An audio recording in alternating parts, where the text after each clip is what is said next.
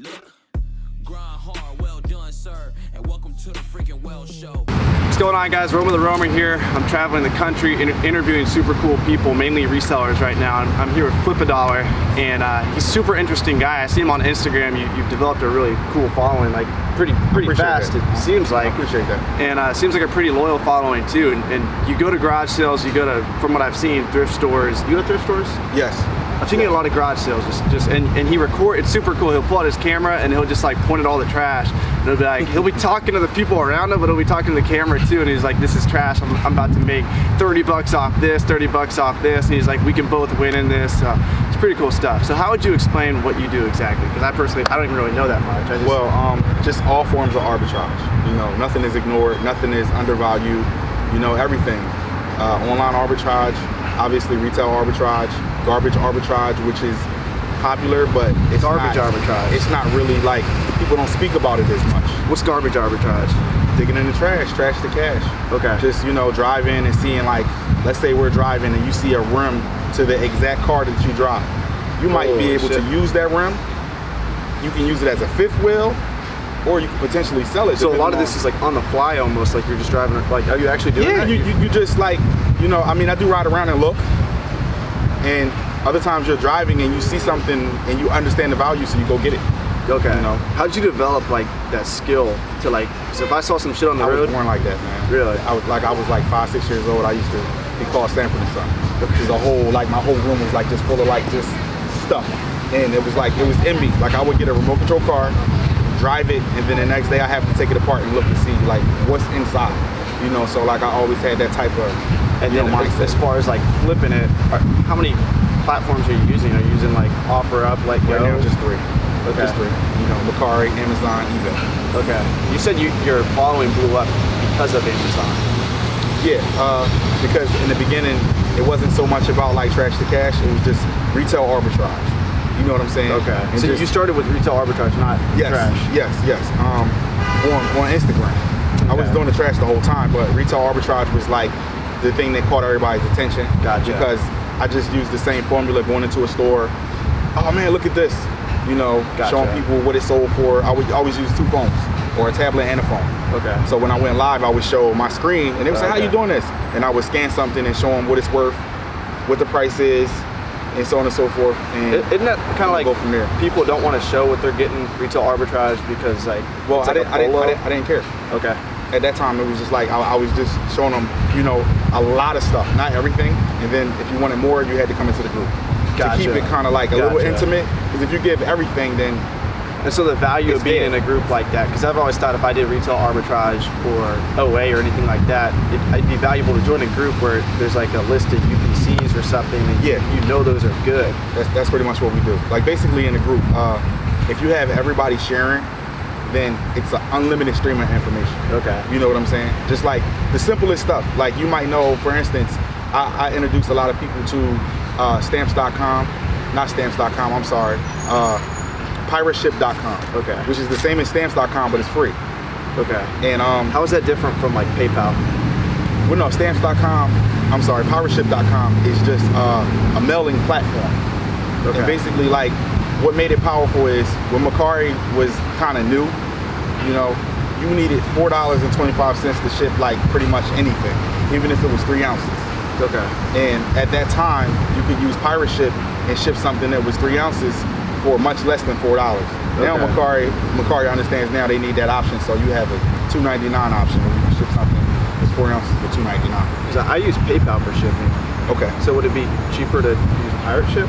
In some cases, because they have Cubic, which I don't know if PayPal might offer it. Media mail mainly? So is that the cheapest you can get? Yeah. But sometimes if you're doing something, you can do Cubic priority, and it's like a small difference in the price. Gotcha. You know what I'm saying? I'll have to look into that. Yeah. It might be cheaper. Now see, we're sending like 1 book at a time. With what you're doing, media mail is probably the best option. Okay. But if you're doing like for instance, if I'm sending out like some electronics, you can't do that as media mail legally. So, you know, Cubic priority makes a lot more sense. Gotcha. And it's a good rate that some places you can't get it. Like you won't get it over the counter. Over the counter, they want you to do like flat rate or international or something else, and it's going to be a lot more. Okay. You know. Gotcha. So you're shipping. You're mainly doing like shipping stuff out, you're not. Are you flipping like locally at all? Like, because if you find like, okay, at the flea markets, yeah. Before the video turned on, we were talking about finding rims on the side of the road. So are you like, if you find a rim on the side of the road, how you flipping that? How do you know where to flip it? Because if I found a rim on the side of the road, I'd have no idea. Look at the comps. Okay. Look at the comps. I use Completely. Completely shows you eBay. Okay. You know how you can do eBay completed. Okay. Completely is I don't even know that. I'm not even an eBay guy. It's more data. Completely is more data. Like if you look at eBay completed, it's a lot to look through. Like you mean completed like sold items? Yes. Okay. Yes, because like if you see a rim, in order to know if it's good, you have to see, do we have a customer base for it? So then you would go to the completed to see if anybody's buying it, how often, how much, to know if it's worth it to actually and what's get the name of that website? Completely. Yeah, it's an app. Okay. You know, it's for iPhone users. So if you're on Android, they have. So you see it sells, and when it says it's completed on that app, does that mean it's sold on like Completely is like the platform it's sold on, or no? eBay. eBay is where it's sold. Okay. Completely is a third-party application that gives you, like, for instance, if you have a book, you can look that book up on Completely, and it'll say this book has sold $10,000 worth of units. Okay. At this particular price. On eBay. Yes, and it took this many days. This is how many sellers currently have it. It's a lot of information to That's why I never liked eBay, because like with Amazon we have like ScoutIQ, we have these apps where you can like look at every single thing, and I was like, with eBay I scan something and it's like, okay, 8 sold in the last month. Yeah. That's great, but how many competitors do I have? It's always been like that. 80 people out there? Are there 100 people out there? It's always been like that. You need a third-party app to tell you what the fees are, what this is, what that is, and you know, it's just so much more information. Damn, that's dope. So what do you do? Because eBay, I feel like eBay is kind of behind Amazon. What do you do for repricing on eBay? I just do it manually. Okay. You know what I'm saying? Like usually what I do, is there like a reprice it? Like, because for Amazon we got reprice it, we got Sellerly, we got all this fancy shit. Is there anything like that for eBay? For like, yeah, they got different software. I don't use it because I don't have a lot of listings. Okay. Like I might do 100 at the most. Okay. You know what I'm saying? I'm not a person with 2,000, 3,000 listings or anything. Gotcha. I'm like that on Macari. I have like a lot of listings. Gotcha. But on Macari, same thing. I do everything manually. Are you cross listing? Are you listing on Macari, eBay for one item? No. That's just too complicated. It's not something I want to do because I'm clumsy. Gotcha. I will oversell. You know? That's just how I am. Until I get it, you know, systematic to where it's like kind of foolproof, then I'm gonna stay away from it because I make a lot of mistakes doing that. That's why I don't do books. Because I know what books, if you scan a book, you got 3rd edition, 2nd edition, hard copy, this. And because I'm not meticulous sometimes, I'm going to send the soft copy, 1st edition on the 2nd edition listing, get a bad feedback, and my account is going to be screwed up because I'm moving too fast. Yeah. So with books, I was like, nah, it's a lot that can go wrong with the way I do my business. So that's why I don't do books. Right. Just because of that. That's interesting because you're selling like super niche stuff though, like the rim example. It just seems like something like super niche. Yeah, I mean, listen, you would like need to know like the exact comps. Like you're talking about 2nd, 3rd edition books. Like it's like somebody's gonna be pissed off if they get like a Toyota Camry rim versus Corolla. Yeah, but I mean, when you look at the rims, when you like read all of the information, it's there. Gotcha. Are you better with stuff like are you better with weird stuff like that compared to, I guess, books? Or I'm just curious, man. So I look at everything. You know what I'm saying? I saw you flipping electronics one time. You were at this garage sale, and like you knew exactly. It was like computer parts or something. Yeah. How'd you learn about that? I'm on a lot of that now. Are you just being a geek, man? YouTube University. Okay. You know, anything that you want to learn is on YouTube. Okay. You know, doesn't matter what. That seems like there'd be good money there with like the hard drives. Oh yeah, plenty of money. How do you like actively seek out these garage sales? It's all by chance. You know, it's all by chance. I just you can use the yard sale treasure map. Okay, I got that one. You know, or you can just get out there. We do a lot of networking in the DM. You know, I have a lot of people that are not in any of the groups that I'm in, or any of the groups that I have, and they just DM, yo, you know about this, you know about this, you know about this. Oh wow. So yeah, it's a lot of that going on. In the Philly area? Yeah, it's just going on in the DM. Okay. It's going on, you know, everything. Like some people tell me, hey, look, go to Michael's, it's 90% off on this unmarked stuff. And they show me shopping carts full of stuff, UPCs, everything. So for people starting out, it's probably super important for them to get involved with some type of reselling community. If you're doing RA or flipping like that. That's my recommendation. Even with books, there's a lot of value. I've done lots of business with people where like they tell me about a lead, maybe a bookstore closed down or something, or like a huge Craigslist ad, and they'll message me because they know I'm all over the country. But it seems like it's even more important with you guys because like there's a Walmart here, but there's also a Walmart in California. Yeah. So if a guy just crushed it at a Walmart in California, you could probably get in the group and be like, hey, look for this item. Yes, that's what we do. That's exactly what the group is. Gotcha. You know, in a nutshell. Gotcha. So it's like, it's a consistent stream. For instance, I'm making courses, but you know, courses have to be updated because the information expires, because methods don't always work. But what are these courses? What kind of information are they covering? Well, one of my courses is selling media, you know, without using Amazon or eBay or any of that. Okay. You know, using sites like Declutter and a bunch of other sites to sell the media. Because a lot of people don't know about all of the different sites you can use. We were just looking at that last night, Declutter. One of my mentors was showing it to me. He was getting like $100 per little order he was doing. Yes, or more. He Yes. was getting like 40 cents per CD. Yes. On average. Yeah. I get stuff where I get $10, $20, you know, but I know where to sell. So like, so they're buying it. Declutter sells on Amazon as well. Yes. So would it be worth it to sell it on Amazon, but you just want the fast cash? Not necessarily. With some of this stuff, I'm restricted. Okay. So that's part of the thing. And then some of the other stuff is really, really risky because of the way the packaging looks. You can get counterfeit claims. Okay. You know. And I'm super interested in this right now because I'm venturing into media. Like, what things should you look out for? I know there's like, when you have CDs, you should look for like purple on the bottom. Yeah, purple means it's made to order, which sometimes it is real. Some studios do. What's the difference? Direct print. Because if I tell my team to look out for the purple. Well, if it's purple, you just don't want it. Okay. You don't want it. It could be real because, you know, if something is out of print, you can call the company and they will use a CDR. Okay. Because it's not made anymore as a press. So they will do it on the CDR. But if you sell that, automatically that's going to be considered to be not authentic. So you don't want that type of product. Does Amazon, are the workers checking for that, or are they selling it and then relying on the customer to complain? Everything's sold. We don't get in trouble until a customer leaves a feedback or a message with keywords. Not authentic, fake, etc. And then the bots pick it up. Usually 6 months later, you don't get suspended immediately. I've been suspended twice.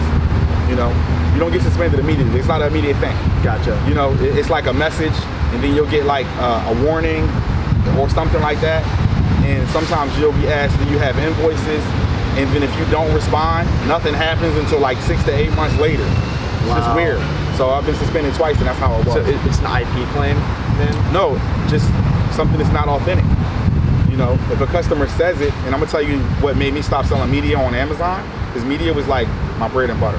Was you know what I'm saying? Yeah, because when I got on Amazon, there was no gates. Gotcha. So you can sell Nike, whatever. It wasn't a gate. So now when people get on there and they get happy about doing stuff, we're like, yo, there was no gates when we got on. You could just how long sell ago was that? anything. I don't know, man. It was a while, man. Like 5-6 years ago. Okay. It was a while. And you could just sell pretty much whatever you wanted to sell. And then now when Amazon got really popular, they understood they had to make gates to keep any crazy person from just listing anything. Gotcha. Because obviously, you made a post the other day about the counterfeit books and showing the discrepancy and how big it was. I don't know that.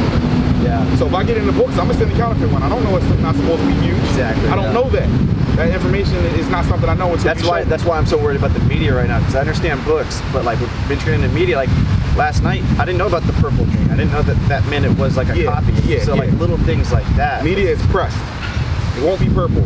Okay. Because it doesn't need that type of ink. They use a different ink that's kind of like, it's like a bluish. It's just not purple. You know what I'm saying? If it's purple, that's it. That's like from the store. Gotcha. You know? What do you mean from the store? Like Staples, Walmart, it's just a CDR. You know? It's a fancy CDR. Or wait. So like you buy it from the store and it's purple, you can't sell it on Amazon? Well, no. When you buy, I'm just saying like a blank media. Oh, like okay. Gotcha. That's exactly what that is. Gotcha. Because big companies, burn a copy. Big companies don't burn, they press. Okay. They press. It's a master. So we burn. You put it in the computer, take however minutes, and it writes it, and then encodes it and closes the disk. That's not mainstream. Okay. They're not doing it. It's all press. What else is there to look for? Like I've heard like if there's numbers or like sometimes there's like writing on the bottom, like so like on the inside. Make sure the writing matches. You got a lot of really good bootlegs where like you'll turn it over. You might have Darkman. And you turn it over and it says cartoon. Then it's not going to be purple. It's just a whole no, it's not purple because they press it. Oh. But, you know, I don't even know what you mean when you say press. Like what is? Because like it's a like whole a machine entirely different process. You know, the information is just pressed. You know, just that's the way I can explain it. Okay. Kind of like making a pancake. You got the batter and you just go like that and it's done. And I imagine that machine's like super expensive. Oh yeah, because you're talking about big companies. Gotcha. You know, so only big companies and warehouses have this type of equipment. Gotcha. So like just looking at like the CD case, is there anything up front that you'd be like, that's not necessarily, because you got different quality of fakes. Okay. It's really like when you see it, if it feels weird, you don't sell it. Okay. What I usually do is I sell at the declutter. I don't even know what that means though, like weird, like, because I don't even know what normal is. All right, it's hard for me to explain because I've been doing media and that was like my bread and butter. Yeah, so like I what a normal looks like. When I'm looking at it, I'm like, nah, that's not right. You know, the guy last night, he was telling me if the paper's thick, it means it's fake. Sometimes. Okay. You got, for instance, when you sell an out of print movie, it's from 30 years ago, how's the paper gonna look? Yeah. It's gonna be thick. You know what I'm saying? So that's not always the thing. Like when I got suspended, it was an older movie because I was doing out of print because it's more money. If you go back to my account, you can see me selling DVDs for 200, 180, 160, 95, you know, 300. It's all on Instagram. You know, when I was showing people, you know, doing like 10, 15,000 a month just with DVDs. So you got gated, or you got your well, I'm account gated suspended for MSRP $25 a month. Okay. So you got your account suspended once, and you got to reactivate it. And it happened again. It was like the second time you were like, I'm done with this? Or yeah, I don't do media now. So it took 2 times. It's the second time. The first time was totally bogus. I canceled a lot of orders, and my ODR went up, and then they suspended me for inauthentic. But I told them, I said, how could you suspend me for that when ODR is order defect rate. I cancel orders. So how can a cancellation mean it's fake? It's not even the same thing. So my appeal was like instantly they reinstated me. And so in the appeal you wrote to them, because when Amazon suspends you, they request it's a plan of action, right? Yes. And you were like, I use bullet points. Okay. I'm very simple because I understand if you're reading for 10, 12 hours a day, if it's too much, you just ban it. Refer to page 3. Look, I don't have time to read it. Ban. Yeah. So you want to use bullet points and be like very meticulous. You know, I told them, I said, hey, you know, I value my account. If you do look at my account, you can see that the majority of my orders are just perfect as far as feedback and as far as my shipping time and everything else. What happened was I was on the wrong listing, so I had to cancel when it was brought to my attention. Have you ever seen, like for instance, have you ever seen an order come through and it's pending and you look at it and you read the title and you're like, when did I list that? It was a moment like that. I was like, the thing is, I do FBA. What is this? What I've had is I've had books shipped to people and they're like, this is the wrong book. Yeah. And I'm sure that we listed it under the wrong book. Yes. Yes. So it was that. I don't merchant fulfill, so I'm not like in touch with my inventory like that. But yeah, we've definitely sold like wrong listings before. Yeah. So I've done that, and that was where it was like a moment where I was like, wow, this is not it. And I had the buy box, so I was selling it. Gotcha. You know, and then I had to, and I was ignorant, so I didn't know you couldn't cancel the orders. How many orders was it? It was like 5. Okay. So when I canceled it, I was immediately past the 1% ODR. Gotcha. Yeah. And they suspended me like immediately. You know. Damn. But the thing was, what saved me was they didn't suspend me for the right thing. So when I made my appeal, the person read it and I was immediately reinstated. Nice. You know, the same day, immediately. Yeah. And then I took my time after that.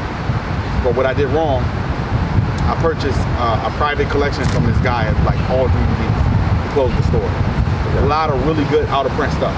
And some of it, the packaging was a little older.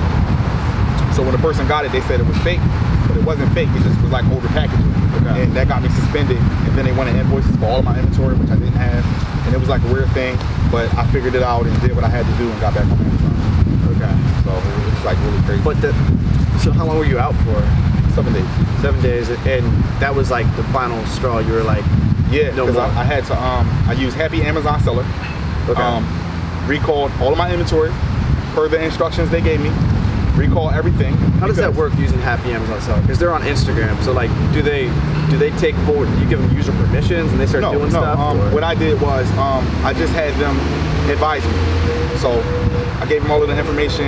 You give them the suspension email and everything, so they can read it and tell you the right way to move. And I already wrote my plan of action, and that was like really well put together. You know what I'm saying? And how much do they charge? $400. Okay. Is that just flat 400 and then they work with you? I don't know how they do it on a case basis because some suspensions takes months. Gotcha. And different things like that. But this took us 7 days. Recall everything was the main thing, and the reason for that is, let's say if you have 10,000 items in inventory, Amazon wants to know where everything came from. And sometimes that's not possible with the way we run our businesses. With the way I was running mine, it just wasn't possible. Yeah, I mean, even me, I get all my shit used. It just wasn't possible. So they wanted to know where everything was coming from. And then I had a lot of stuff that was new. You know what I'm saying? Because like obviously when you do RA, if you get a toy and it's new, you sell it as new. Right. If you got a video game or whatever, and it just was like, it was a mess. So I recalled everything. I lost like 15,000. Recalled everything. Couldn't operate for the 7 days. And then they put me in jail because when they got me back on, it was like a new account, like they held the money. Ooh, you know how like with new accounts. Put you in jail? Yeah, well no, not physical jail. I was about to say they came. I'm talking about jail like, you know how if you get a new Amazon account right now, if you sell 10,000 worth of merch, they might pay you out 1,500. Okay. In whole, 8,500. Yeah. Just to make sure the 10,000 clears and it's not bogus and returns and stuff like that. Damn. So I was in that category where I was restricted for a certain amount of time, and then I started to get all my payouts again. Wow. And like, I'm gonna tell you the nightmare. A lot of my friends said, don't worry about it. You can just get a new account, do an LLC, do this, do that. But I'm ungated and everything. Right. Why would I want to get an account where all I can do is books? Yeah. You can't do Phillips, you can't do Nike, you can't do any of like the stuff that I can do. Yeah. Most of it I don't do, but I like having the option. Right. I can do GoPro, I can do a lot of stuff, Sony, where you can make money.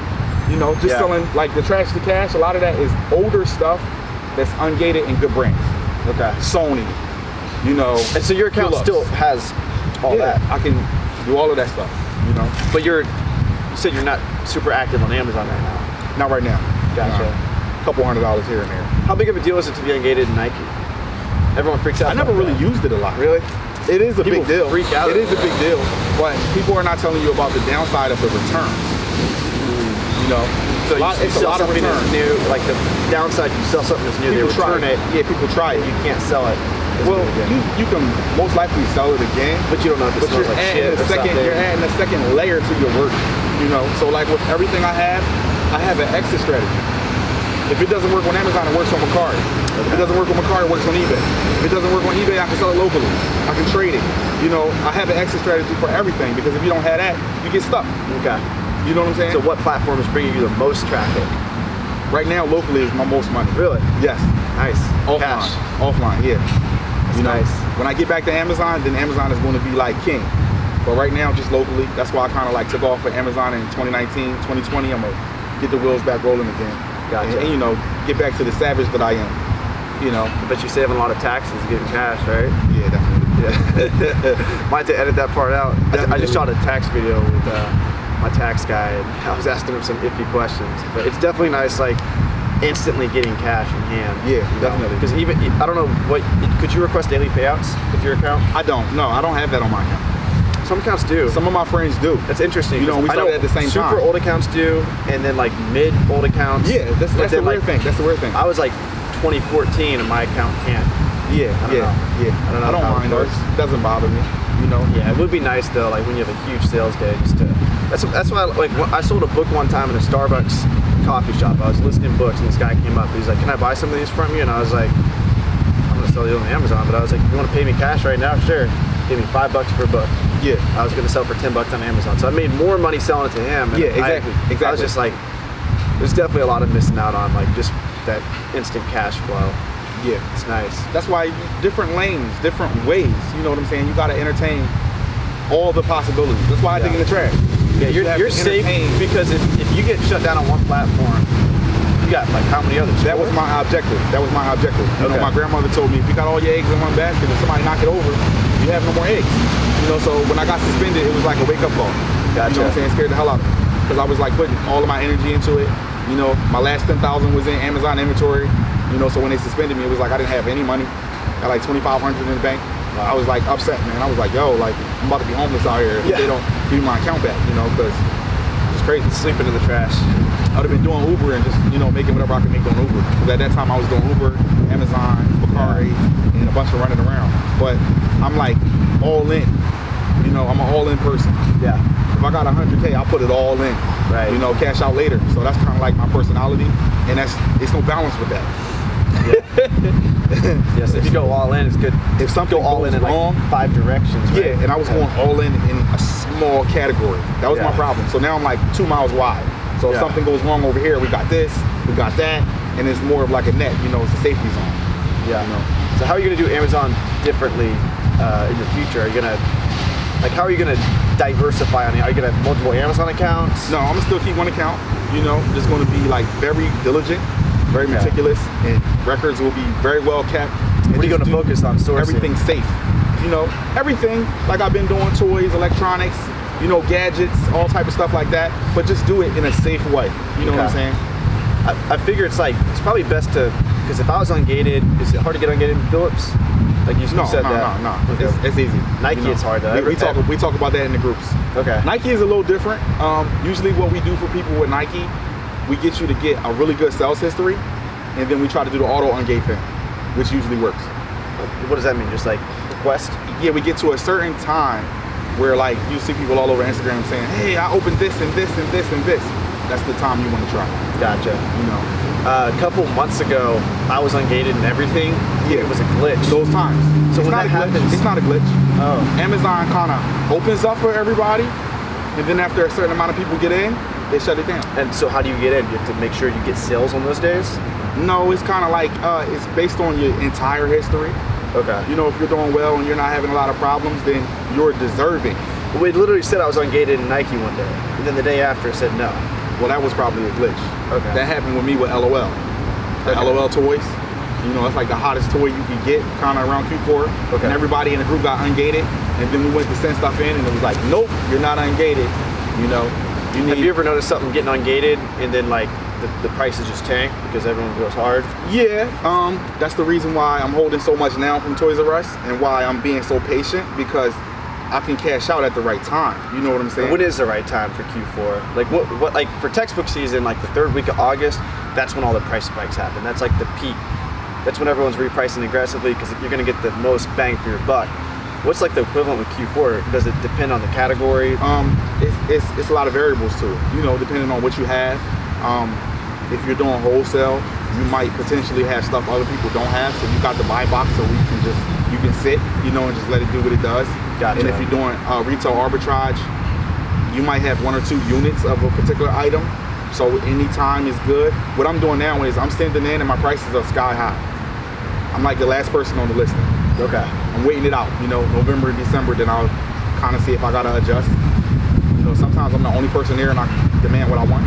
Okay. You know, I might buy stuff for 10 cents. Like, I'll give you my method, what I do. After Christmas, when stuff goes to 90%, I'll buy a tremendous amount of it. And then the following year, you're kind of like the only person on the listing with some of this stuff. Wow. You can like put $200 for the stuff and it'll go. Because nobody has sit on it for 1 year. Sometimes. 3 months, 6 months, 9 months, it's a plan.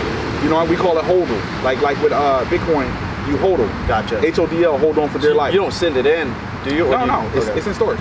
You hold it. You hold it. Gotcha. So at what point would you send it in? Like November or? It depends. I have toys now that I got in January that are worth $40 a piece. And in January, they were worth like 22. Okay.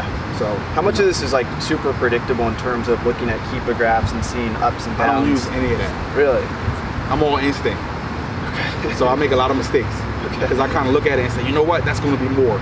You know, but I tell people in the group, don't do it the way I'm doing it. I don't recommend it. You look at a lot of information. You know, average rank, average price.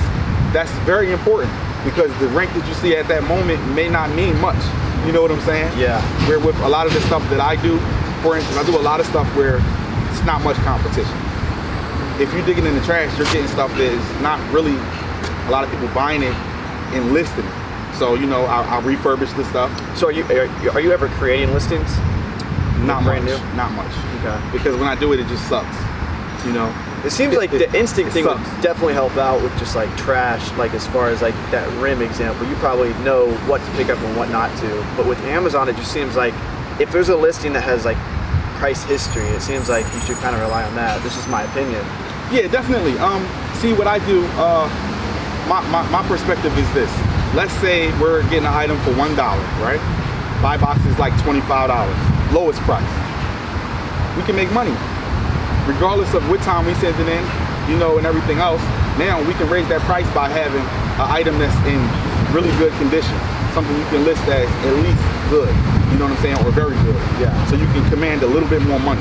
Gotcha. Now if we repackage it like I do sometimes, If it's repackaged, now you can get a little bit more money, you know, because you can say, hey, it comes repackaged, blah, blah, What blah. categories care most about condition? Like what category, if you list something as acceptable versus like new, you're gonna get way more like new. For textbooks, we rely on the buy box. So with the textbook, it's like, if you win the buy box, if you're acceptable like new, it doesn't matter really. Like the student's just gonna click that shit and buy it. What categories matter the most for condition?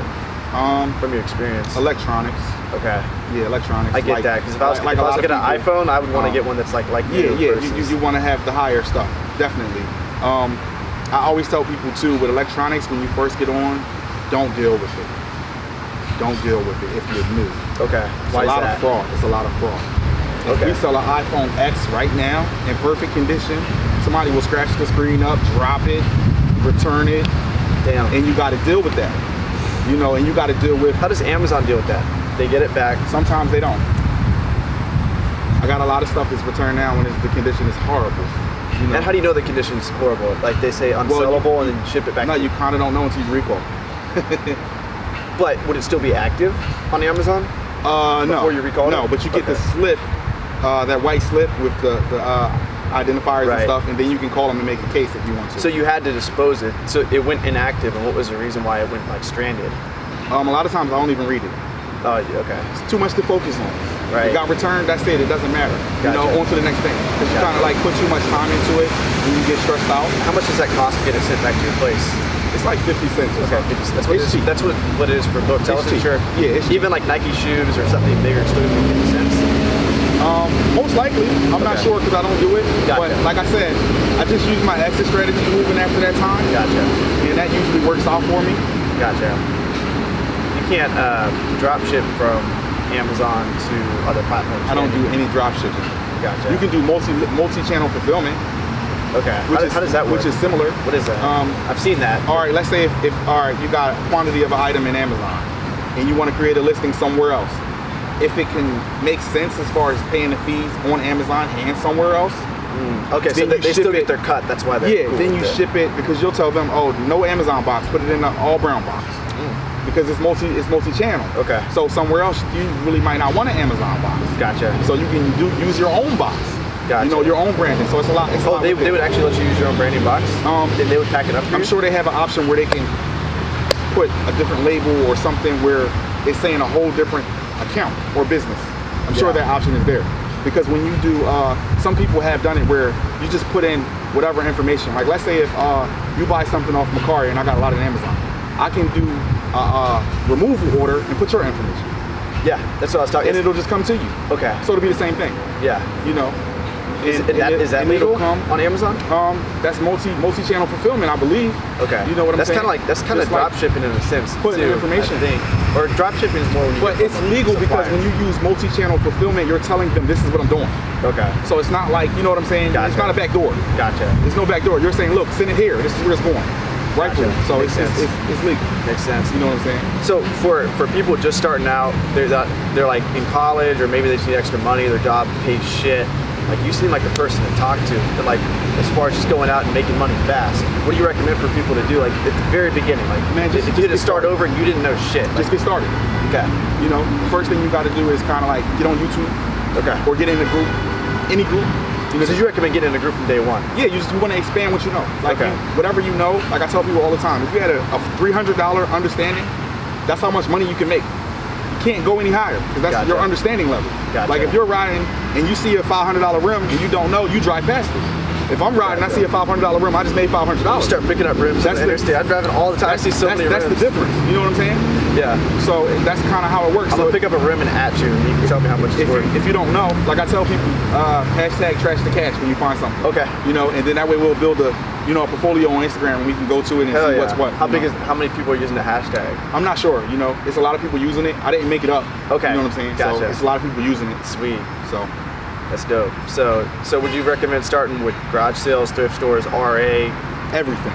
You need all of the different experience. You know, like for instance, I like for a lot of different things to happen to me so I can have the character. If you don't get returns, you don't know what it feels like.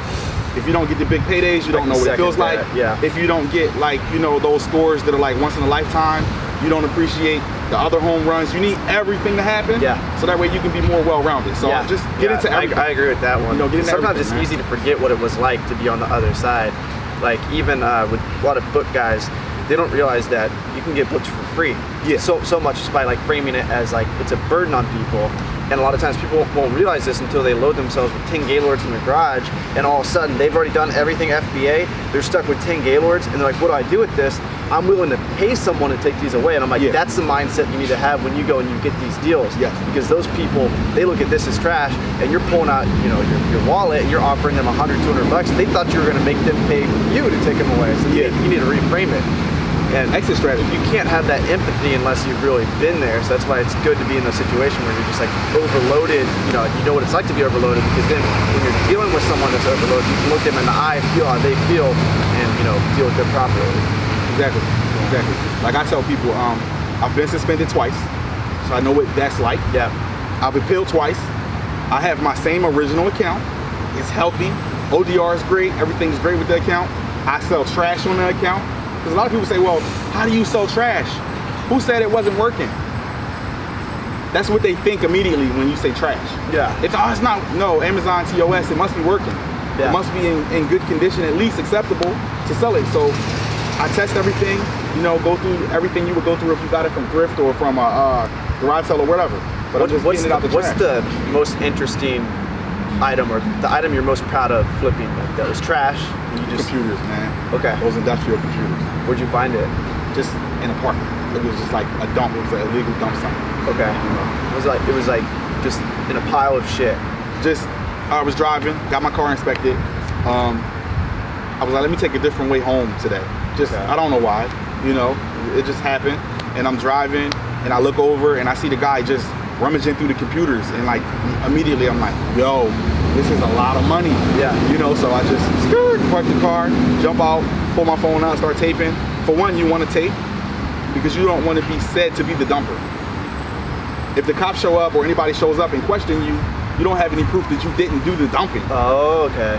So you need to have, proof that you came and it was there. Are you just recording, or are you recording this for Instagram? Well, in general, it's always for Instagram. Gotcha. You want people to see you still can use it. What's going on. Okay. And when people come, you say, hey, look, well, when I got out the car, this was here. Gotcha. I was excited. I didn't do this. Gotcha. But I'm here to help you because I want to clean it up. That's smart. That's a great I want to tip. get some of it. Yeah, because you can get in trouble with the stuff that I'm doing. You can get in trouble. Somebody can try to harm you. Gotcha. All types of stuff. Because you can be trespassing sometimes, not know it. I didn't own the park that I was in. Yeah. The one guy that has a building there said a lot of people dump and he gets citations because it's his property. So he could get upset and see me there and not know what I'm doing. Right. So I have my evidence to say, no, look, I'm here, I'm cleaning up, I'm taking stuff away, so on and so forth. Gotcha. And, And so you saw the computer, then how'd you know it was good? I saw the guy rummaging through it because computers is like another one of my expertise. Building, breaking them down, whatever. What year is this computer? Oh, they were like servers. So the servers have good CPUs. They have ECC memory, which is something called error correcting code. Okay. So basically, like if something is wrong with the code, the memory fixes it. So it's highly sought after. Okay. This is the same memory that runs like all of the websites that How'd we you use. find all this shit out? Just being a geek, man. Okay. I'm a geek. You play a lot of video games growing up? But I just like information. Okay. So I'm always seeking more. It's just Gotcha. So you saw this, you're like, I know I can make money off this. Did you break it up and sell it? Immediately. I bundled it. Okay. I had the guy strip everything down. I got close to 4,000. Yeah. I had the guy. You found this in a dump yard. Yeah. I had the guy. Shit, I had the guy break everything down. And then I paid him $30. And would you say the guy running? When I arrived, there was a guy there rummaging through it. Okay. He was going to take it to the scrap yard, and based on light iron price, he would have got about 10 cents a pound. So he would have got basically nothing for it, just enough to get a beer. Was this recently? Yeah, this is recently. How long ago was this? 3 weeks, 4 weeks. I think I saw you posting this on Instagram. Yeah, I posted it on Instagram. It was like a lot of these little. Yes, just random stuff, and I took like the chips and the CPUs and cards and stuff. Do you have could you screenshot the sale page of the 4,000? You should make a piece of content. It's between Mercari and eBay. Okay. Yeah. You should screenshot both those sales, recycle the content. Well, I do show it, but I always blur it out because I don't want my store getting found. Gotcha. You know, I don't want to share my store. So like, obviously with Amazon, we don't want our store being found because someone could order a bunch of Well, just in general, it's more competition. People know exactly what I do, how I do it, and if I show them all of my products. So you're not even worried about them purchasing from you? Because I know some eBay guys are open. They have their eBay store. Yeah. They have a whole different thing that they do though. Are you worried about someone buying it and saying this is fake on eBay? No. But on Amazon you would. I just don't want to share my methods like that. 100%. You know. Gotcha. It's like if you call Watch Me Amazon and say, hey, share your store, share all your items. Most likely they're gonna say no. 100%. Yeah. So it's just kind of like the same thing. It's like, this is like my bread and butter. Gotcha. I cannot tell you everything that I'm doing. But you showed a clip of it on Instagram. Yeah, I get people to get upset. Like, if you do the homework, you can find my store. But go do the homework. I'm not telling you. You saw what I had. Go look it. Go look it up. It's up there. So when you make that Instagram post, you're not worried about people like knowing and no, because I had hundreds of items. Gotcha. And it's on multiple websites. I used to be paranoid about posting my book hauls because people could look up different titles, but at this point I don't care. Well, the problem is posting pending sales. A lot of people do that. You might sell a book and it's pending, and then it might not go through. Gotcha. So if you send a screenshot of a $500 book that's pending and then it doesn't go through, people just go look and see that's your store. Gotcha. You know what I'm saying? Fucking weirdos out there. It's some people you gotta realize, like, out of my 11,000 followers, I don't know how many of those people are agents. Yeah. Some of those people, all it takes is 0.001%. Yeah, some of those people kind of just want to see what you're doing and how and why for whatever reason. Some reasons are malicious. You don't know. So like inside the groups, we don't talk about each other's store name. Gotcha. And it's not recommended to share your store. I don't need to know what your store is. If you show me what you're selling, that's enough information. Yeah. Anything else is like too much. Why do I need to know exactly where your store is if you show me what books you get and this what goes, they sell does this go for all platforms? Yeah, it's like, just for me though. Because I see a lot of people in the DM or in the bio share stores, and that's fine. Okay. And what are all the platforms you sell on? You do Poshmark at all? No, I'm just three. Okay. Just right now. Okay. Amazon, eBay, and Macquarie.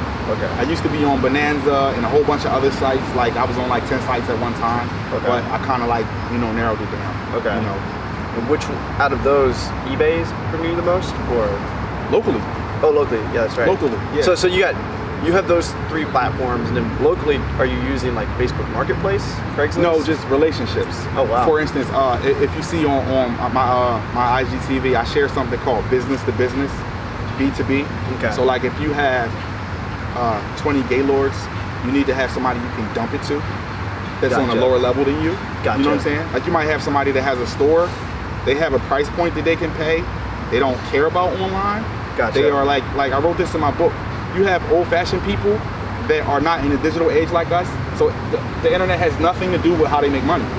So if you got 10 Gaylords, it's just inventory. Gotcha. So you need somebody you can dump that to. So every time you get something, once again, now we have an exit strategy. Make your money, do whatever else you do, and then push it and start over. I think there's like a hunger out there for a platform like this, just for resellers to like auction up their inventory. Because like you said, like my duds are someone else's trash. I created that platform. Did you? The cyber flea market. Okay. Yes. I need to check that out. And it's catered. It's targeted towards who? Everyone. Okay. It's all the resellers that want to participate. And we say, this is what I have. Does anybody need it? Okay. And we find, that bridge to get what we have. And the items, are they auction shipped then? Or however you want to do it. Okay. It doesn't matter. I just put it together because I had this idea that if we created our own thing and we networked like that, we could do like cyber what? Cyber flea market. We could be like so much more successful if I could just make a phone call. For instance, like I have friends that have phone stores. One of my mottos is have a friend everywhere you go. So because I have friends that have phone stores, when I get a return from Amazon that's a cell phone, just sell it to them and make my money back. That's nice. You know what I'm saying? Yeah. Network's your net worth. That's what I'm finding out. You know what I'm saying? Have an exit strategy for everything, and that's more money right there. Yeah. If every single thing that you pick up, you have a way that if it doesn't work on plan A, it works on plan B, you can't get stuck. Okay. You know what I'm saying? Like if you got like a major death pile, then you got to do something else in your business. Why do you have a major death pile? Right. That shouldn't even exist. You know what I'm saying? Yeah. Because you got to have strategies. Yeah. And so, are you just you, or do you have like a team of people? I rotate with different people. I haven't found those really passionate people yet. Gotcha. Every time I get people, we kind of like. So you have your network, have you have the relationships. As far as like packing, listing, is that all you? Or, yes. Okay. Yes. 99%. Gotcha. From time to time, I have my lady help me, or my 2-year-old might jump in. Yeah, I wish I had a girlfriend. You know, my 15-year-old all resellers I know that have girlfriends, they just put them to work. Yeah, she won't let me do that. Okay. You know, she's busy. She has her own stuff going on. Gotcha. You know, but she does come in and help me and give me insight and tell me what I'm doing wrong and all of the good stuff that you need. You need people to kind of keep you, you know, clear. Right. You know, on what you're doing. Because sometimes, like I said, I got ADD, man. ADHD. You know, I'm kind of like, I'm doing like a million things and I'm not getting nothing done. Yeah. You know, so. Have you heard that new song by Joyner Lucas that just came out? It's talking about ADHD when he was a kid. No, I haven't heard it. ADD. I'm sure I relate to it though. It's legit. You know, like I get lost, man. I'm like in outer space. Yeah, I think it's also a strength though. Too much. Everyone I know who has that, I think I might have it. Like they're just like not hyper focused, like the opposite of what they are. But it helps me. Ambitious, they're like thinking this. Yeah, They get so excited about every little idea. I can lock in on stuff. But you just need to be able to have that ability to, because you're thinking this. Sometimes you can't. Sometimes you can't. You know, but I can lock in because of it, and you know I use it as a strength. I've realized these people are always more enthusiastic than like regular people. And what is it, Adderall? Sometimes that just like, I don't know, it makes, you don't want anything. I was recommended all type of stuff, but nah, you don't want that. Why would you want to go against what you naturally and normally are? Why would you want to change it? You know what I'm saying? Like, nah, I don't agree. I get it. I don't agree. As far as, cause you're really good at posting on social media, do you have any tips for people to grow an audience as big as you have? Just use the same content that you use and the people come. What do you mean use the same content? Like for instance, like if you do books, you do the books, the people that appreciate will come. Gotcha. And everyone else will come. Gotcha. You know, and they will be there and they will be loyal because it's a true and real following. Gotcha. You know, it's based off of something. Gotcha. People are interested in what I do. Some of them not even resellers. They just interested in, you know, what I do, you know, running and getting some trash, and it looks cool. You know, I looked at it like my Instagram was a reality show. Gotcha. I'm just like showing all my different crazy stuff. Is that your number one thing, or do you mess around with Snapchat or YouTube? Instagram is like everything to me, man. Facebook, you know, your group. Where's your group based? I barely have a Facebook. You know, where's the group? Telegram. Telegram. Yeah. Okay. Telegram Messenger. Gotcha. We're going on like almost 3 years of networking. Okay. You know what I'm saying? So you think what made you successful on Instagram was just being consistent and posting like real shit, posting like what you're actually doing? And just stuff like this. People understanding and appreciating what I do and wanting more information that already have a following like you do and like Reezy and so many other people, that makes it that much better. Gotcha. Because now I have a new audience that's looking at what I do. They may appreciate it and say, hey, I'm from Romer, but I like what you're doing, and he introduced me to it, and you know, it's some cool stuff. Yeah, and it's a crazy world we live in. You know, and it takes because off. this right now, this video is going to play over and over and over again. It might be 2020, 2022, but someone might be watching it, and it's not going to take any more energy from us. Yes, we're having this conversation. And it might be new information. One time, yeah. And we're having this conversation right now, just once, but it's going to happen again and again and again in people's living rooms while they're listing, and it doesn't take any more effort on my part or your part. We're going to be out doing whatever we're doing, and this conversation is going to recycle.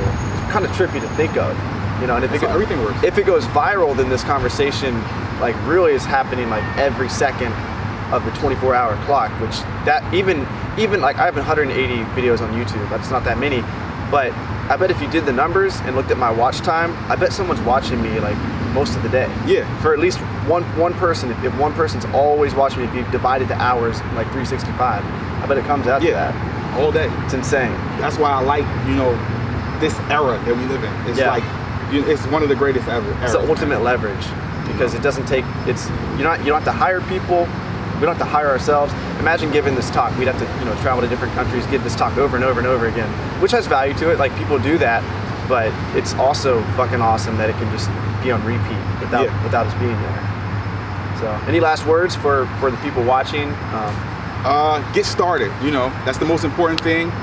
Get started, get out there, and just learn as much as you can, because the more you know, the more you can make money. You know, the more you learn, the more you earn. That applies to everything. That's universal. It will never go anywhere. If you know more, you can do more. So just get out there, make your mistakes, because you will. Take them lightly. You know, don't be too heavy on yourself when you make a mistake and when things go wrong, because all of that is needed to build character. So, you know, just take everything as it comes. Hell yeah, guys. Like, comment, subscribe. Roam on over to that like button, subscribe button. Do what you got to do. If you didn't like the video, you can roam the hell out of here. Peace out, guys. Not a violated hell codes.